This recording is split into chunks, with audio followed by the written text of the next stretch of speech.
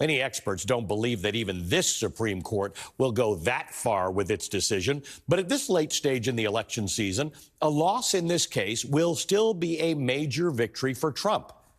Even if the justices find that Trump's prosecution can move forward, it is logistically improbable to hold a trial now with just 4.5 months to go until the election. That's the unique dilemma that District Judge Tanya Chutkan will have to confront once the Supreme Court drops its decision, whenever that may be.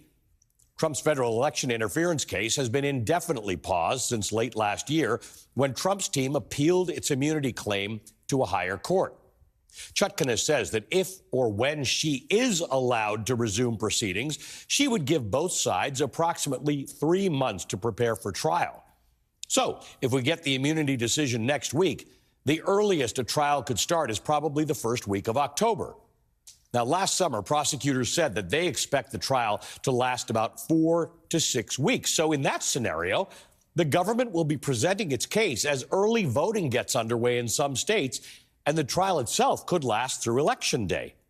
And it is unlikely that Chutkan or any judge anywhere in the country would find it wise to proceed to trial so close to an election, especially when the defendant is a leading presidential candidate.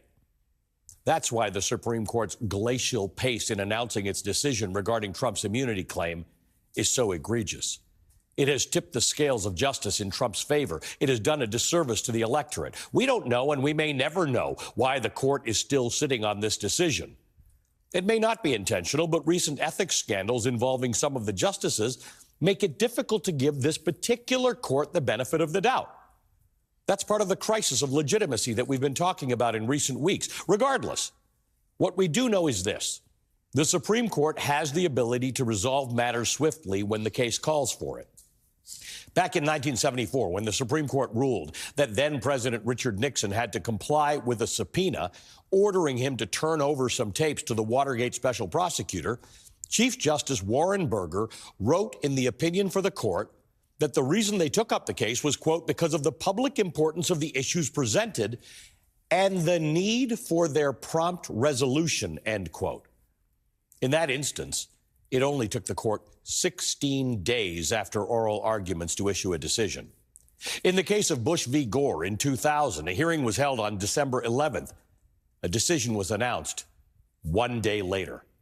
Even the current Supreme Court has proven that it can move much faster on urgent matters. Earlier this year, it only took the justices 25 days after oral arguments to decide that Trump can remain on the ballot in Colorado and other states. It's now taken the court more than twice as long to issue a decision on Trump's absurd claim of presidential immunity. Nearly 2 full months have passed since the Supreme Court held a hearing in that case, and now, regardless of what the court decides, it's too late. Joining me now, Leah Littman. She's a professor of law at the University of Michigan Law School, co-host of the Strict Scrutiny podcast, and co-founder of Women Also Know Law. And Kimberly Atkins-Storr, senior columnist for the Boston Globe Opinion, co-host of the Sisters-in-Law podcast, and an MSNBC political analyst. Good morning to both of you. Thank you for being with us. Leah, you published an important piece on this very subject in the New York Times this week, in which you wrote, quote, "For those looking for the hidden hand of politics in what the Supreme Court does, there's plenty of reason for suspicion on Donald Trump's as yet undecided immunity case, given its urgency," end quote. You acknowledge there that there could be legitimate reasons for the delay, but it doesn't really matter now. Yes. So even if the Supreme Court is in good faith trying to decide this case according to a normal schedule, the effect, and everyone knows the effect of taking this long, is to basically give Donald Trump a kind of immunity, even if they ultimately reject the immunity he's arguing for in the case. They are ensuring he is not going to have to face a jury of his peers who would decide whether he interfered with the lawful transition and peaceful transition of power by contesting the results of a validly conducted presidential election, even as he is running to assume that office once again. And again, that's assuming everyone is acting in good faith. But what we know from all of the justices' extracurricular activities is many of them have pretty partisan leanings. I mean, the recent stories about Justice Alito's homes flying multiple flags that are associated with the Stop the Steal movement, the movement to overturn the results of the 2020 election, raise serious questions about whether any individual justice is attempting to drag their feet in order to give Donald Trump this type of pre-election immunity. Now, Kimberly, what happens in the case that Donald Trump wins the election and none of these cases have gone to trial, and in the case that Donald Trump loses the election and these cases have not gone to trial? Yeah, so what will very likely happen is we will see the state case in Georgia, which has already been delayed, continue to do so, and it'd be a lot more difficult to try to move forward on that with someone who is the sitting president. As for the federal cases, Donald Trump will be in charge of the DOJ, which will all but surely drop those cases, and there will be no trial to go forward at any point. And what could be even more concerning is based on how this court rules on the immunity issue, that's still a decision that will be hanging out there and binding on all future presidents until or unless it's overturned by that court. So you could get a double whammy there, that not only will Donald Trump be in office, he will be out of reach of the criminal courts that are seeking to hold him accountable, but there could also be some pretty bad precedent about immunity for future presidents that he can exploit as well. Now, ironically, Leah, the Trump team was arguing the opposite, saying that if you don't give him immunity, then presidents will, continually prosecute the people they defeated. One of the most confounding things about this delay is that Trump's lawyer argued some absurd things at the hearing. Military coups, SEAL Team 6, when he was asked about that, to assassinate a political opponent. You would think, given that these were examples that Donald Trump's attorneys provided, the justices would have an easy time striking down those arguments. So what is the potential legal holdup here? What are they struggling with? Well, during the oral argument, it seemed as though the justices were basically attempting to inject all kinds of complexities in this case. That is, rather than deciding the actual facts of this case, they pondered, well, what if a president makes a simple mistake and is then charged with a crime? As if the Stop the Steal movement was just some kind of oopsie that Donald Trump did for 2 months leading up to January 6th. So basically what they were trying to do is, as Justice Gorsuch noted, write an opinion for the ages that would cover every possible question related to presidential immunity, even though that's entirely unnecessary in this case. All they have to do is decide whatever the scope of presidential immunity is. At a minimum, it just doesn't cover to attempting to overthrow the results of a valid election. That would be very easy and simple for them to write, and they could save all of the potentially difficult questions for later. Kimberly, we're also still waiting on Fisher v. United States, which is another big decision that's related to the prosecution of January 6th participants. Talk to me about the interplay between that and Donald Trump's federal interference, election interference case, too.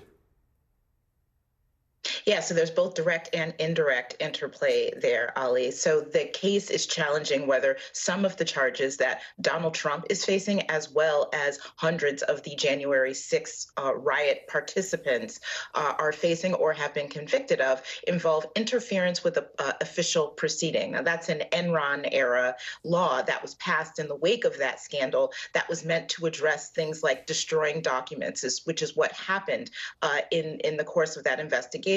But that the federal authorities had a difficult time prosecuting, so that new law was passed. But the January 6th defendants are challenging that law, saying, look, that was not meant to apply to the sort of circumstances on January 6th, even though that was an official proceeding, the certification of election results, that was meant toward more financial fraud, destruction of evidence. So the Supreme Court will decide whether those charges will be struck down, those convictions reversed, and 2 of the charges, as I said, that Donald Trump is facing in his federal trial in D.C. involve those charges as well.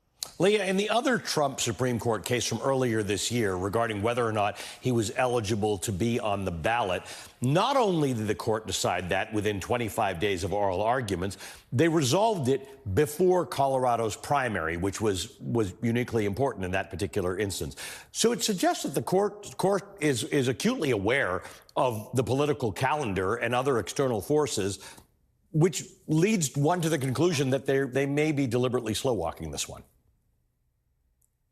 They're absolutely aware of the potential implications of the timing of their decisions. And I think it's important to underscore that in the Colorado disqualification case, they still managed to get out an opinion less than 1 month after argument in order to ensure the issue would be resolved before Super Tuesday, even though there was considerable disagreement in the case. There were, multiple opinions in the case, a separate writing by Justice Barrett, and then a separate writing by the 3 Democratic appointees. And yet still, they managed to get it out within a month. So even if the immunity decision is engendering some type of conflict or disagreement among the justices, it's very possible for them to still get out a decision quickly. Let's talk about that a little more, Kimberly. It's a bit like reading tea leaves, but could the delay that they're having have something to do with real disputes going on between members of the court? We have seen, as Leah just pointed out, some fierce dissents from some justices in some of the decisions that have already come. Is that what's happening here, or is there something else mechanical where perhaps one justice is holding this up because they're busy writing their dissent or their concurrence? Yeah, Ali, I think it's very likely the former. We have seen in recent years this court take longer and longer to decide fewer and fewer cases each term. And what I think is happening there is that there used to be a consensus building center. I don't mean an ideological center, but I mean people, justices on the court who were incentivized to find consensus in the cases that they were deciding. And even if it meant a very narrow decision, so if they didn't agree totally, if the Venn diagram can overlap a little bit, just write a narrow decision about that overlap that could get a broad consensus. And that makes it a lot faster to circulate and get out an opinion. Right now, you don't have people like that, like Anthony Kennedy and Stephen Breyer, who can work with Elena Kagan and the chief to sort of build that consensus. You have 9 justices on their own island. And the decision that came out, the Rahimi decision about that federal ban on handguns for people under domestic violence orders, was a perfect example of that. You had a majority opinion, but you also had 5 other opinions of each justices that did not have any interplay with each other. There were each single justices or a pair of justices giving their view on the world. And that's how this court is operating. They're not playing well together. And that is why all of the consequential decisions that we are waiting, all of the remaining decisions on the docket are big decisions, highly consequential, and are taking so long for the court to get out.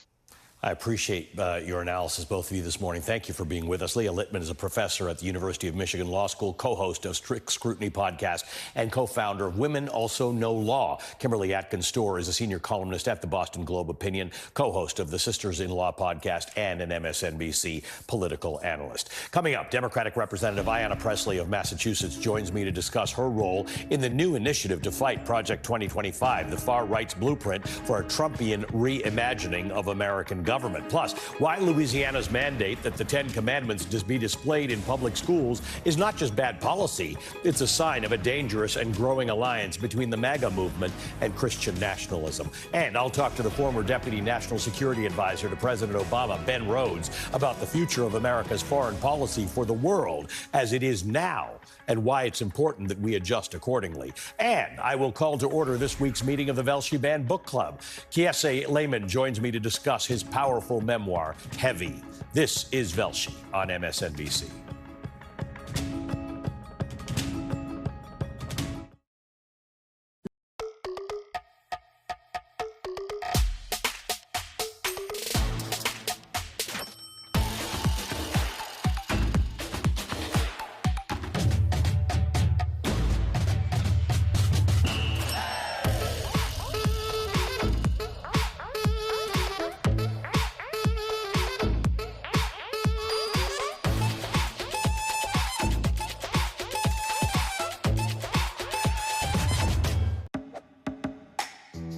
Einstein, optimized for cat-loving pickleballers. With Einstein AI, everyone's an Einstein. Thank you. Of course. Einstein, send follow-up email.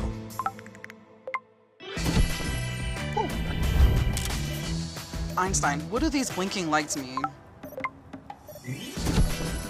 Now, everyone's an Einstein with Salesforce. You didn't live this strong, this long to get put on the shelf like a porcelain doll. If you have postmenopausal osteoporosis and are at high risk for fracture, you can build new bone with Evenity. Ask your doctor if you can do more than just slowing down bone loss with Evenity. Want stronger bones? Then build new bone. Evenity can help in just 12 months. Evenity is proven to reduce spine fracture risk by 73%.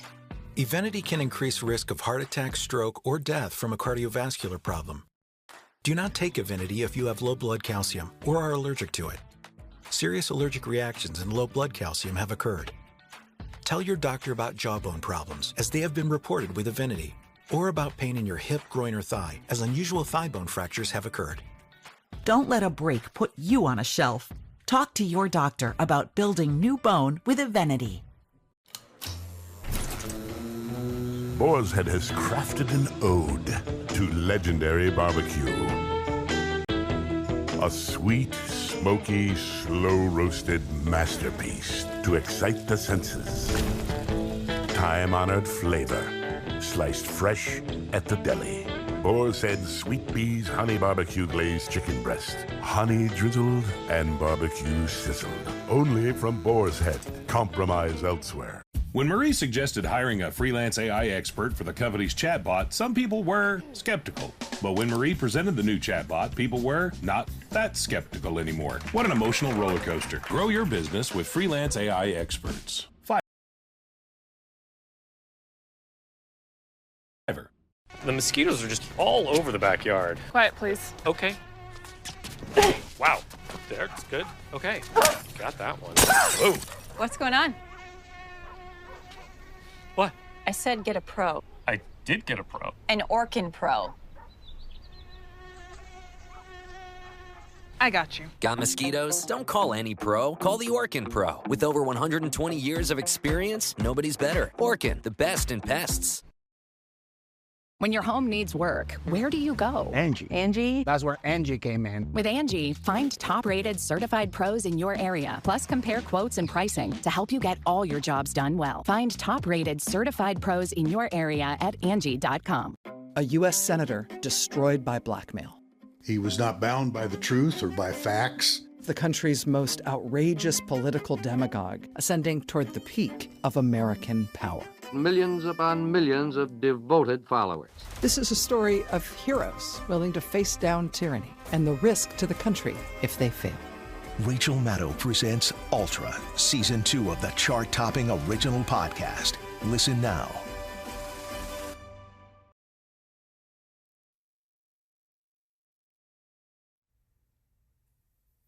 Three people are dead and 10 more wounded from a mass shooting at a Mad Butcher grocery store in Fordyce, Arkansas, about 70 miles south of Little Rock. Officials say 2 police officers are among the wounded, and some of the other people shot are in extremely critical condition. Police took the shooter into custody following an exchange of gunfire. Joining me now from Fordyce, Arkansas, is NBC News correspondent Priya Sridhar. Priya, good morning. Thank you for joining us this morning. What more do we know about the investigation and the victims? Good morning, Ali. Fordyce is the latest community in America to wake up to the horrific reality that a mass shooting occurred in their backyard. This is a very small town of about 4,300, very tight-knit. So a lot of people knew one another, knew people who were inside of that grocery store and frequented it themselves. This all started shortly before noon yesterday when witnesses say the gunman began shooting in the parking lot of the grocery store. NBC has obtained video of what appears to be the suspect with what looks like a long gun pointing and shooting at various parked cars. We also heard from a witness who was inside one of those cars with her sister, and she said that the gunman shot at her car, fortunately only shot the tire. He then proceeded to go inside of the store, and witnesses described just people literally running for their lives. Now, as far as the victims, as you mentioned, 2 law enforcement officers were shot. They are expected to survive. The gunman and the suspect in this situation, who has been identified as 44-year-old Travis Eugene Posey, is also expected to survive. The other victims haven't been identified by authorities just yet, but our local affiliate here in Arkansas is saying that one of those victims who died is a 23-year-old nurse, a mom who has a 10-month-old child who came to this grocery store on her day off. So as you can imagine, it's completely tragic for that family and this community as a whole. As far as Posey goes, he's now facing 3 counts of capital murder, and other charges could be coming. Allie? Priya, thanks very much. What a story. NBC's Priya Sridhar in Fordyce, Arkansas. All right, up next, Democratic Representative Ayanna Pressley of Massachusetts joins me. We'll discuss her important new effort to fight the far right's plan known as Project 2025, which could dismantle the federal government as we know it.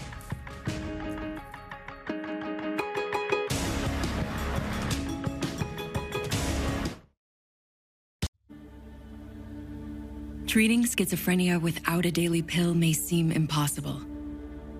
But what if there was a path to treatment just twice a year? It's time for Invega Hafyera, the only long-acting injection that helps continuously control schizophrenia symptoms for up to 6 months with one dose. Before starting, you must be adequately treated with a similar shorter-term injection for at least 4 months. Invega Hafyera is not for everyone.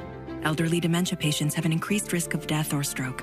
Call your doctor if you have uncontrollable muscle movements, as these can become permanent, or if you have a high fever, stiff muscles, and confusion. Other risks include increased cholesterol, weight gain, heart rate, and high blood sugar, which can lead to coma or death. These are not all the serious side effects. Invega Hafyera. Imagine what's ahead when you leave schizophrenia pills behind. What can you do with sensitive skin? Okay, what a day. There's nothing in my way. Cetaphil Moisturizing Lotion hydrates for a full 48 hours because a lot can happen in 48 hours. Cetaphil, we do skin, you do you. Grandpa and I used to work on this together, and when I'm gone, I want you to have it. Doesn't count. What you need is a will, something you can sign and make official. Start your will at trustandwill.com and make it count. Ooh, carne asada. It's carne asada. That's what I said. It's carne asada. Exactly. Carne asada. Carne. Carne. Carne. Carne. Carne. Carne. Carne. But with a little more flavor. Carne. Carne. Try saying it like this. Juicy carne asada. Juicy carne asada. Carne. Carne. I did it! And bacon cheddar ranch chicken. All that golden corral. Oh, golden corral. Really? Let's explore your future with Udemy. You can learn how to program and build websites, study design and create logos, improve your presentation skills, and sell your ideas. With Udemy, you can learn practical skills from thousands of online courses taught by real-world experts. Explore your future. Udemy.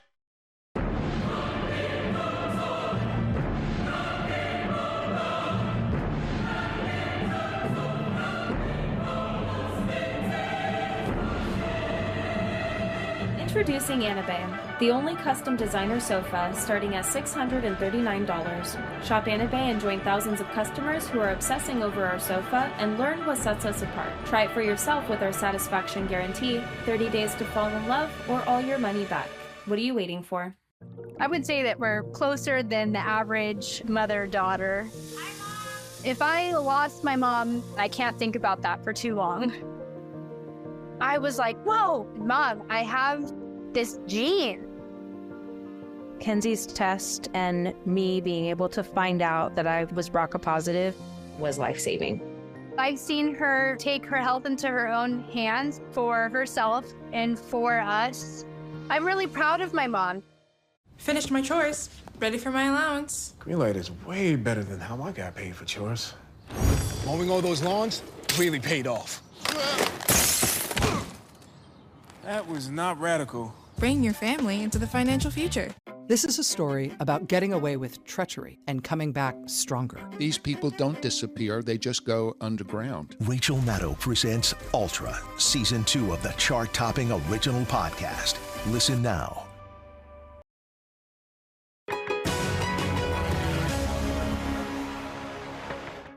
A group of congressional Democrats are joining forces in an effort to fight the far-right initiative known as Project 2025. Project 2025 is a policy plan to be enacted if Donald Trump returns to the White House. It's crafted by the right-wing think tank, the Heritage Foundation, and several former Trump administration officials. Their 920-page playbook details a mission to essentially dismantle the federal government and replace it with a radical conservative vision. Joining me now is one of the congressional leaders who helped found the Stop Project 2025 task force, the Democratic Congresswoman Ayanna Pressley of Massachusetts, who's a great friend of this show. It's been too long. I'm glad to have you back here, Congresswoman. Thank you for being with us. I would love to just talk to you about this, except that my colleagues over on the show the weekend before me had the president of the Heritage Foundation, Kevin Roberts, on. It was a bit of a jaw-dropping interview because he said all the quiet parts out loud, which is what Project 2025 is, which is why it's so important for people to understand that. How do you, in short form, tell people who don't know or understand the danger of this thing what this 920-page document is? Project 2025 is a chillingly similar McCarthyism 900-plus blueprint policy, not proposal. These are plans, and it's a transition plan. It calls for the replacing of dedicated civil servants with Trump loyalists. In fact, they already have an open portal where they're accepting applications to test people's loyalties to Donald Trump. It is a dismantling of the federal government as we know it. It would cause harm to every single person that calls this country home. It would eliminate the Department of Education. It would eliminate critical Title I funding for K through 12 schools. It bans books. It bans abortion. It bans words like abortion, diversity, equity, and inclusion. And it's just been my experience in my 5 years in Congress that these extremists do not make threats. They make promises.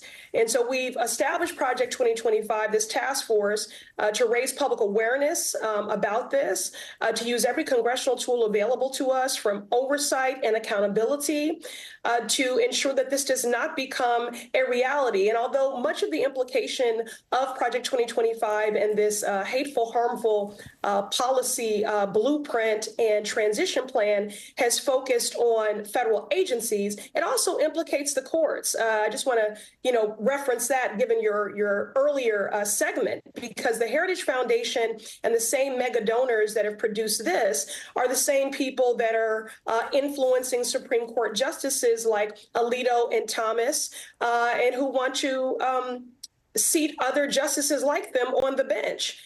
And so this cannot happen without the election of Donald Trump, Project 2025, and it cannot happen without the Supreme Court being enlisted as co-conspirators and accomplices, which is why, in my opinion, we need to expand the court, we need a binding and enforceable code of ethics, and investigations into any justices with a history of corruption or impropriety on the court. I think it's interesting. These extremists, as you said, do not make threats. They make promises. And when Kevin Roberts was on with my colleagues, he brought up one of the things you mentioned, this concept of how to deal with abortion. He's not sugarcoating it. He says exactly what he means. Here's what the organization and the plan has to say about abortion.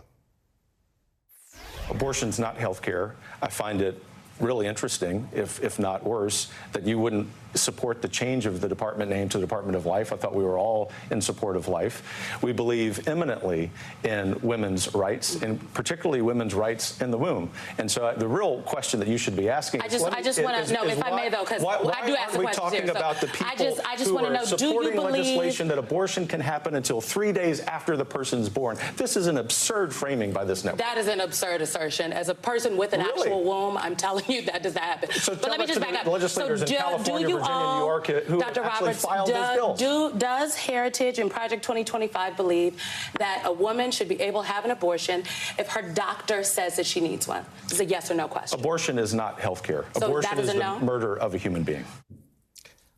I appreciate that there's no ambiguity with Project 2025, but I think what you're trying to do is get the American people, American voters, to understand there is no ambiguity. Like that answer he provided about abortion, there are 50 more answers like that about everything else that's in Project 2025.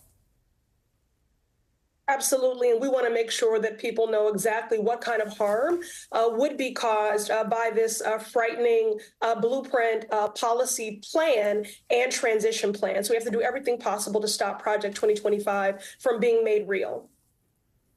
Let's talk about your congressman, by the way, or your colleague, the Congressman Jamal Bowman, who's running for re-election in New York against the Westchester County Executive George Latimer. He's hosting a rally in the Bronx today with Senator Bernie Sanders and with Congresswoman Alexandria Ocasio-Cortez. You're going to be joining him on the campaign trail tomorrow. He's got a primary next week. Talk to me about this a little bit. What's going on in that primary?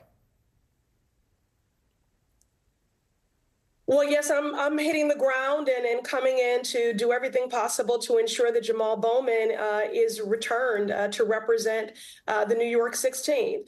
Jamal Bowman was decisively elected by a broad and intersectional coalition, and he has represented them well in that time. This is someone who is an advocate, who is an educator, who is an effective legislator, someone who I've gone to for partnership on everything, and his leadership on everything from climate and environmental justice to fighting for clean water, to ensure that things like clean water and housing are not a privilege, but are a human right.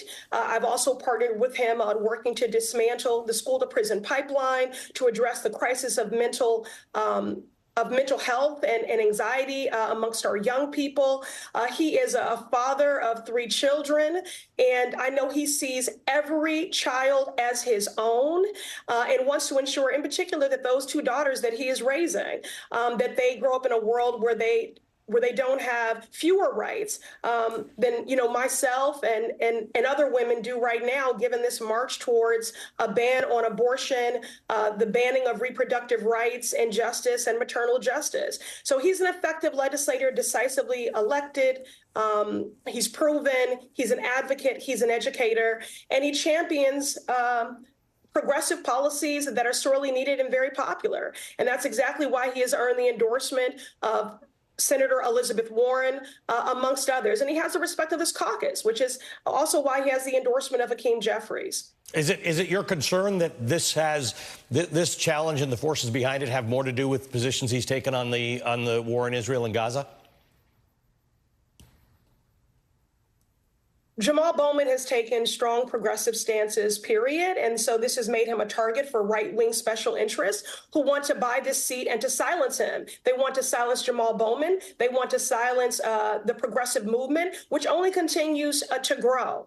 But Jamal Bowman is someone who leads with love, who centers the people. He has been my partner in good, again, on so many issues of consequence, from childcare to addressing the baby formula shortage during the pandemic, to fighting against the criminalization disparately of Black and brown students in our schools. He has proven, and I want to say this, although he is a dear friend, I did not give Jamal Bowman my endorsement. He earned it. He earned it in the same way that he was decisively elected to Congress. He has earned it in word and deed in what he does on behalf of the people each and every day. In freshman orientation, they told us to never forget the plot. It's easy to forget the plot in the process of legislating and governing, and the plot is the people. And Jamal Bowman has never and will never forget the people. I want to ask you about the consequences of the upcoming election, but we're going to take one quick break. If you just don't mind hanging out for me, we're going to continue this conversation on the other side. Did you know that when you hit 30, your muscles start atrophying? You can actually lose up to 5% of your muscle mass for each decade from when you hit 30. The only way to combat that is by adding load. A great way of doing that is adding weight to your center of gravity. We call it gravity sportswear. You do the exact same workout and you get stronger by just changing what you wear.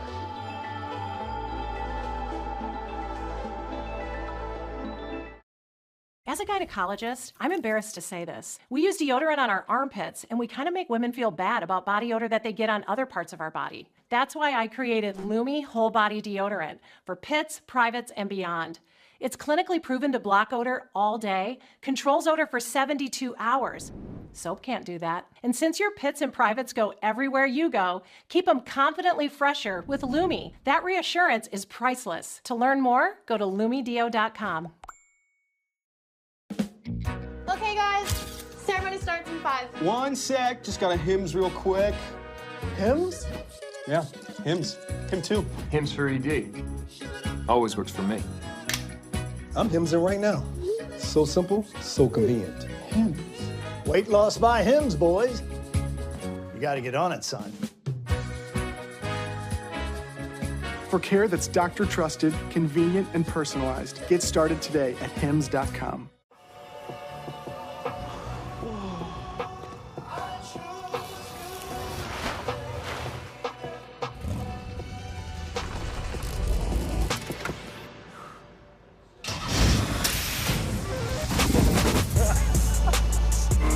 parts you need at the prices you want. Guaranteed to fit every time. So you can keep your ride or die alive. Why choose a Sleep Number smart bed? Can it keep me warm when I'm cold? Wait, no, I'm always hot. Sleep Number does that. Shop our lowest prices of the season with free home delivery when you add an adjustable base. Sleep Number smart bed starting at $9.99. Learn more at sleepnumber.com. More Americans turn to NBC News than any other news organization.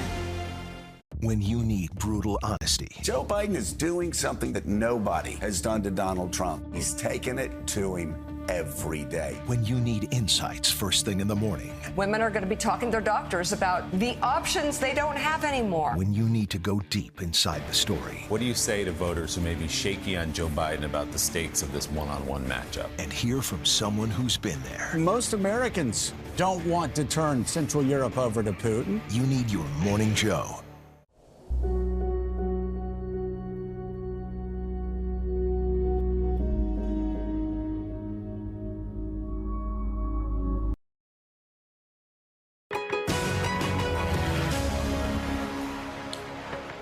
Congresswoman Ayanna Pressley joins me again. Thank you for being back with us, Congresswoman. My colleagues this morning on the weekend also asked the Heritage Foundation President Kevin Roberts about whether the Heritage Foundation would accept the results of the election in November. I was gobsmacked by the response. Let's listen together. Is your organization going to accept the results of the 2024 election, regardless of the outcome? Yes, if there isn't massive fraud like there was in 2020. What does that mean? If there isn't massive fraud. Do you believe that there was not massive fraud? There was massive fraud. We have an election fraud it? database that has documented that over years. By the way, the Heritage Foundation has been concerned about election integrity for decades, not just about 2020. We've been documenting this problem for a very long time. And if one of the I believe, according to the Heritage Foundation, sir, by your count, Heritage Foundation has done an investigation, and according to your count, there have been 1,513 proven instances of voter fraud across the United States since 1982. Yeah, that's probably 1,513. Because they're very hard to document. And the Democrat Party is very good at fraud. Ayanna Pressley saved me. I mean, kudos to Michael Steele and Simone Sanders for their patience in that conversation. He's on national TV lying. It would be funny if it weren't so frightening. And again, it's more of the same. These are the same people who seek to erase history, to revise and rewrite history, the same people who believe that insurrectionists were just everyday tourists, just walking about the Capitol. It is delusional. Yeah. And it is frightening that people like him, I mean, to say that they've always cared about election integrity, give me a break. So again, Project 2025, we have to do everything possible in this task force to leverage every congressional tool available to sunlight is the best disinfectant, to make sure that people are aware of these policy plans and this transition plan and this blueprint, which would dismantle the federal government as we know it. Every single person who calls this country home will experience harm. It is not a threat. It is a promise, much like as they outlined in Project 2025, that Dobbs was just the beginning. We've already seen that in real time. More dominoes have fallen. First it was Dobbs, then they went after birth control and contraceptives, then they went after IVF, then they went after mifepristone. You know, so they will enlist anyone as co-conspirators and accomplices in this hateful and harmful agenda. And that is exactly why I'm coming to New York to campaign for my colleague, the effective legislator, Jamal Bowman, who fights for workers' rights, for housing justice, for climate justice, for a child care and infrastructure and care economy, for equitable and quality schools. This progressive movement has continued to grow. This is in many ways backlash to that. I don't know if you know this, but the Congressional Progressive Caucus is currently the biggest ideological caucus in Congress. So what that says to me is that progressive policies are popular and deeply resonant because they go as far and as deep as the herd. And Jamal Bowman recognizes the herd and that our destinies are tied, that we are one human family, from Ukraine to Gaza to Israel to Massachusetts to Haiti to the New York 16. Yeah, you're he said absolutely right there's a about humanity and dignity. And you're Never right about stops fighting for the them. idea that Project 25 is a reaction, because their whole section on climate change refers to those who believe in climate change, global warming as a woke agenda, and they're going to reverse all that. I think we should just make a commitment to do what you said. If sunlight is the best disinfectant, talk about this Project 2025 every week so that Americans understand. Those who are wavering, those who are thinking about voting for Donald Trump, understand. Don't be surprised if you get what they promised you. Shine a light, and we'll keep working in the meantime. Ayanna Pressley, good to see you. Thank you for joining us, the Democratic representative, Ayanna Pressley of Massachusetts. Coming up in the next hour, we'll dive into another aspect of Project 2025, which has the potential to wreak havoc on our futures. Because if you think the climate crisis can't get much worse, wait until you hear about Project 2025's climate and energy plans.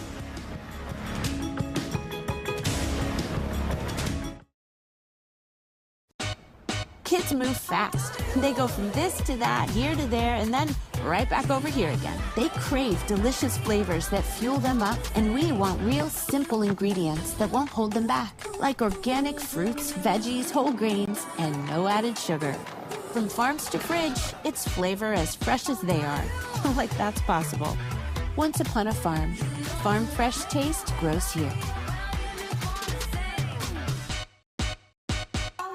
This will be the last moment you ever think of soda as being a dirty word. Soda! Because this is Poppy, and Poppy is soda. It tastes like soda, even better than others.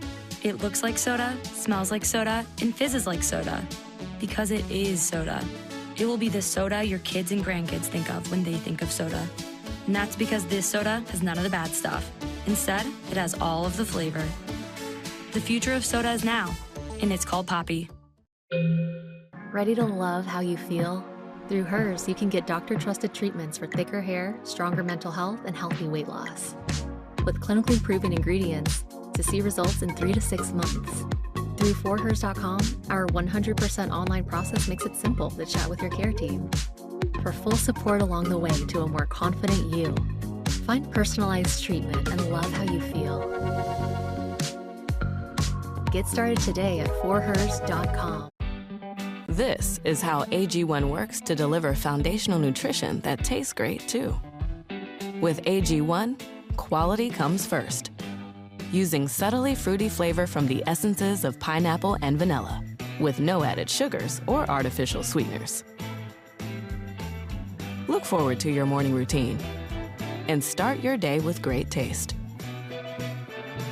Upgrade your daily habit today at drinkag1.com.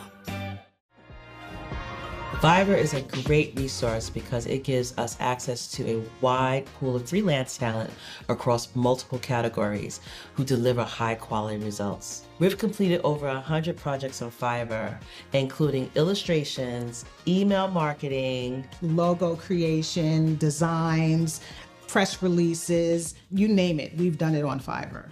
And it's helped contribute to the expansion of our brand. With so many choices on Booking.com, there are so many Tina Feys I could be. So I hired body doubles to help me out. Splurgy Tina loves a hotel near Rodeo Drive. Oh, Tina. Wild Tina booked a farm stay to ride this horse. Glenn Close? With millions of possibilities. You can book whoever you want to be. That's my line. Booking.com. Yeah. I can't imagine doing a race like this with somebody else. We're cold, we're wet, and we have no food. I'm gonna keep going until I can. Golden Caribou is $500,000. Race to Survive New Zealand. New episodes Mondays at 11 on USA. Are you comfortable with the role the Supreme Court is playing in the 2024 election? Do you bear responsibility for what is happening at the border? Is it clear who's going to govern Gaza once this war is over? If it's Sunday, it's Meet the Press.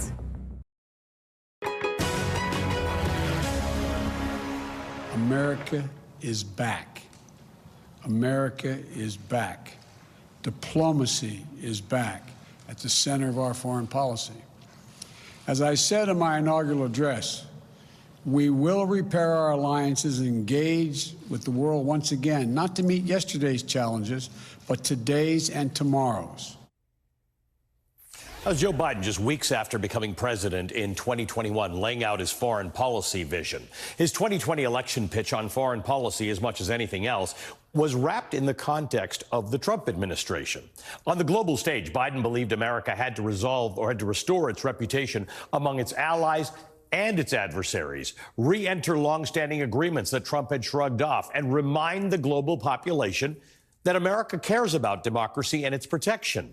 While he's made inroads, fault lines for global conflict exist between Russia and Ukraine, Israel and Gaza, China and Taiwan, and other places. In a new piece for Foreign Affairs magazine, the former Obama Deputy National Security Advisor, Ben Rhodes, writes that the most glaring issue with American foreign policy in 2024 is that, quote, Washington has failed to do the necessary audit of the ways its post-Cold War foreign policy discredited U.S. leadership, end quote. Washington has yet to recalibrate for a world of overlapping allegiances and weakened global institutions. The rules-based international order that's set into place following the Cold War has wavered, beginning with 9/11 and the war on terror, and manifesting now in the creeping authoritarianism that's seen in Europe and in the United States. Rhodes writes that the U.S. government needs a foreign policy for the current state of the world, a new American strategy.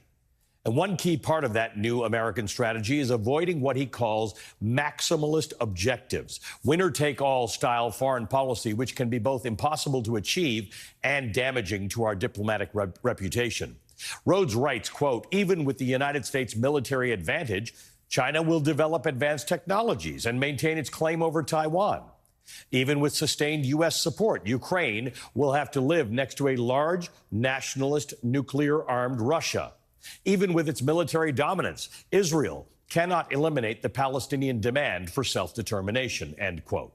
So part of the president's job is tempering expectations among both hawks and doves. Still, Rhodes is quick to credit Biden for the strides he has made. His embrace of key European powers in France and Germany early in his term paved the way for a united response against Russia when Vladimir Putin invaded Ukraine. And with the CHIPS Act, the White House has prioritized domestic manufacturing and subsidized electric vehicles to counter China's emphasis on that front. But there is more to be done, and Ben Rhodes joins me after a quick break. Don't go anywhere.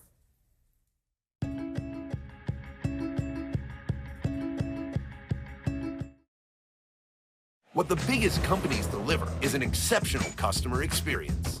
What makes it possible is unmatched connectivity and 5G solutions from T-Mobile for Business. T-Mobile connects 100,000 Delta Airlines employees, powers Tractor Supply's stores nationwide with reliable 5G business internet, and partners with PGA of America on game-changing innovation. This is how business goes further with T-Mobile for Business. You didn't live this strong, this long to get put on the shelf like a porcelain doll. If you have postmenopausal osteoporosis and are at high risk for fracture, you can build new bone with Evenity. Ask your doctor if you can do more than just slowing down bone loss with Evenity. Want stronger bones? Then build new bone. Evenity can help in just 12 months. Evenity is proven to reduce spine fracture risk by 73%. Evenity can increase risk of heart attack, stroke, or death from a cardiovascular problem. Do not take Evenity if you have low blood calcium or are allergic to it. Serious allergic reactions and low blood calcium have occurred. Tell your doctor about jawbone problems, as they have been reported with Evenity, or about pain in your hip, groin, or thigh, as unusual thigh bone fractures have occurred. Don't let a break put you on a shelf. Talk to your doctor about building new bone with Evenity. Boar's Head has crafted an ode to legendary barbecue. A sweet, smoky, slow-roasted masterpiece to excite the senses. Time-honored flavor, sliced fresh at the deli. Boar's Head Sweet Bees Honey Barbecue Glazed Chicken Breast. Honey drizzled and barbecue sizzled. Only from Boar's Head. Compromise elsewhere. We get it. Learning something new is hard, especially a new language. So make it easy on yourself with Babbel, the language learning app that teaches real-world conversation for any situation. Babbel is more than vocab memorization. and teaches practical phrases you'll actually use. Say auf Wiedersehen to I give up, au revoir to it's too hard, and hola to real conversations with real people in a new language. Ready to find your follow-through? Get Babbel. It starts here. Start learning today at Babbel.com. The mosquitoes are just all over the... Quiet, please. Okay. Wow. Hey, I said get a pro. I did get a pro. An Orkin Pro. I got you. Got mosquitoes? Don't call any pro. Call the Orkin Pro. Orkin, the best in pest. Get pumped. Chevron rewards are here. Download the Chevron app and join for $1 off per gallon on your next 3 visits. Then earn points on fuel and select in-store purchases to be redeemed for rewards on fuel. Terms and conditions apply. See ChevronTexacoRewards.com for details. Stay up to date on the biggest issues of the day with the MSNBC Daily newsletter. Each morning, you'll get analysis by experts you trust, video highlights from your favorite shows, previews of our podcasts and documentaries, plus written perspectives from the newsmakers themselves. Sign up for MSNBC Daily at msnbc.com.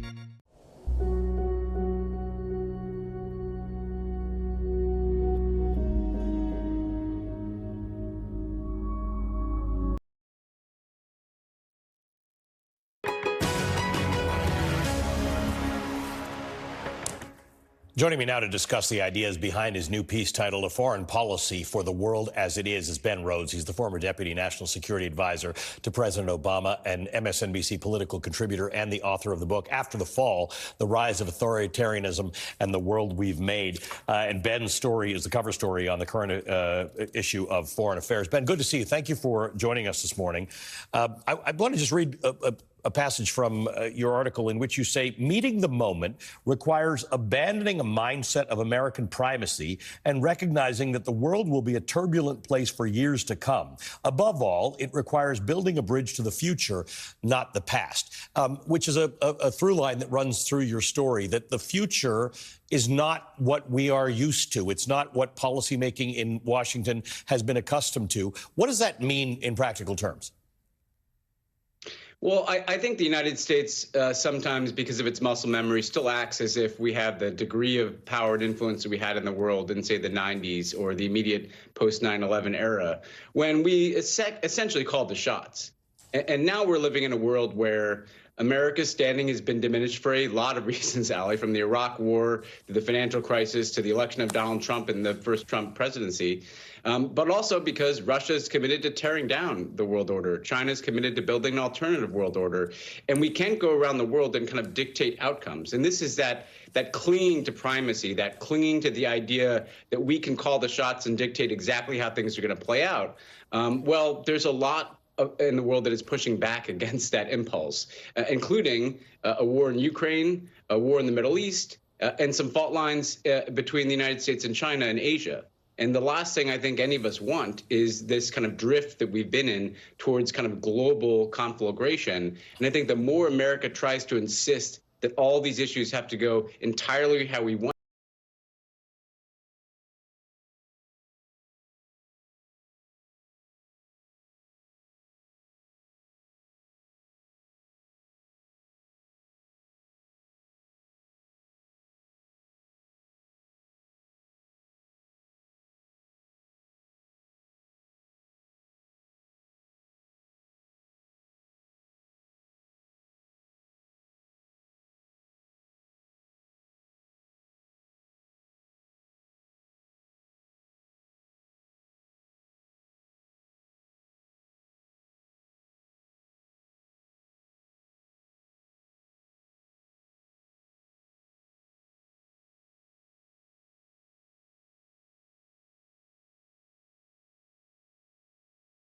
he's not taken seriously around the world. He's a chaos agent. He's incapable of working with other countries to solve problems. One of the points I make in the article, Ali, is that Donald Trump's erratic trade war with China contributed significantly to the inflation that we've been feeling in our country. That never gets discussed. Donald Trump's tearing up agreements contributed, I believe, directly to October 7th.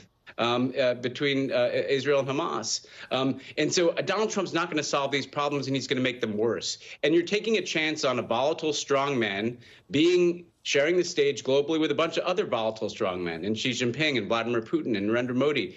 I don't think that's a recipe for solving any problems here. So if Trump offers kind of chaos and risk, I think Joe Biden at least offers, again, the predictability of an America that is functioning in line with a set of allies, functioning in line with a set of familiar interests to the United States. I would like to see Biden kind of abandon what we've seen, for instance, in Gaza, where we're kind of going through the motions of how we used to do things. You know, we have to hug Israel. We have to sign on to a maximalist objective of destroying Hamas that is not achievable. That's gotten us into trouble. So where I think Biden needs to go is he needs to kind of let go of some of these presumptions that we can shape things in the way we once did 20 or 30 years ago. Let's just zero in on that issue of Israel and Gaza. There are some people who have said they will not vote for Joe Biden, or they will withhold their vote. They may not vote against him. They may not vote for Donald Trump as a result of the bear hug of Israel.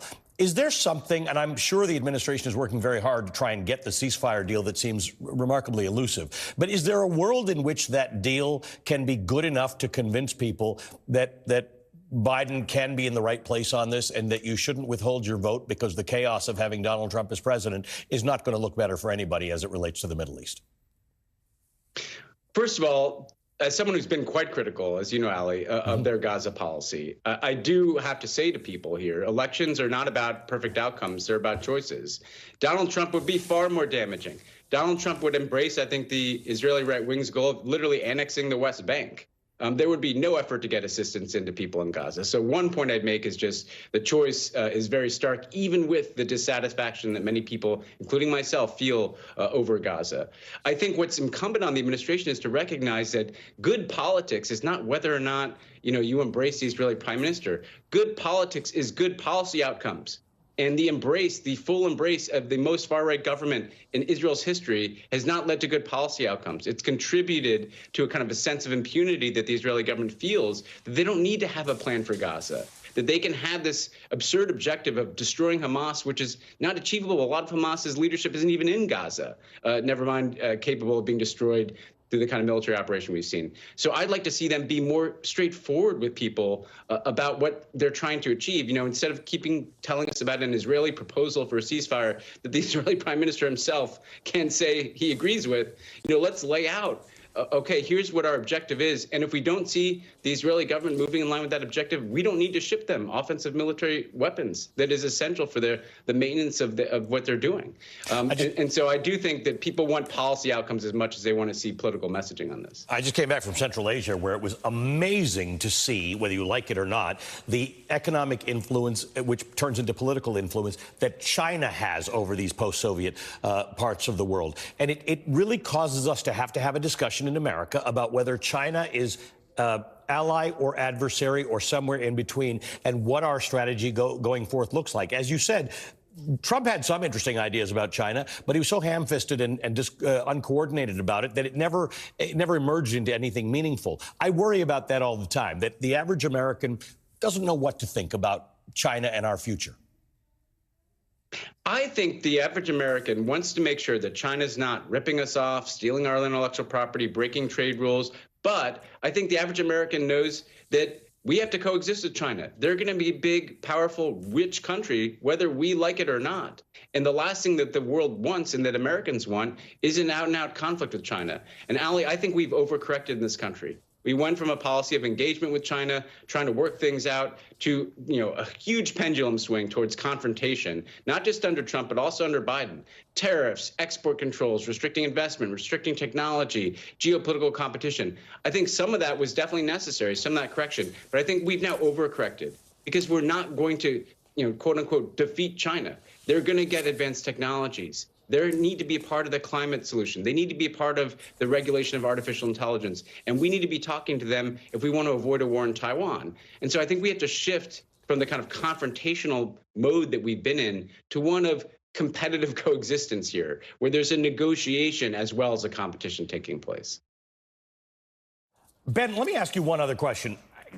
For those who don't concern themselves too much with foreign policy, who are mostly concerned with domestic policy, there is an argument to be made here when you look into history at those countries that destroyed themselves domestically, and that had an influence on the world. And I think about Germany in the 1930s.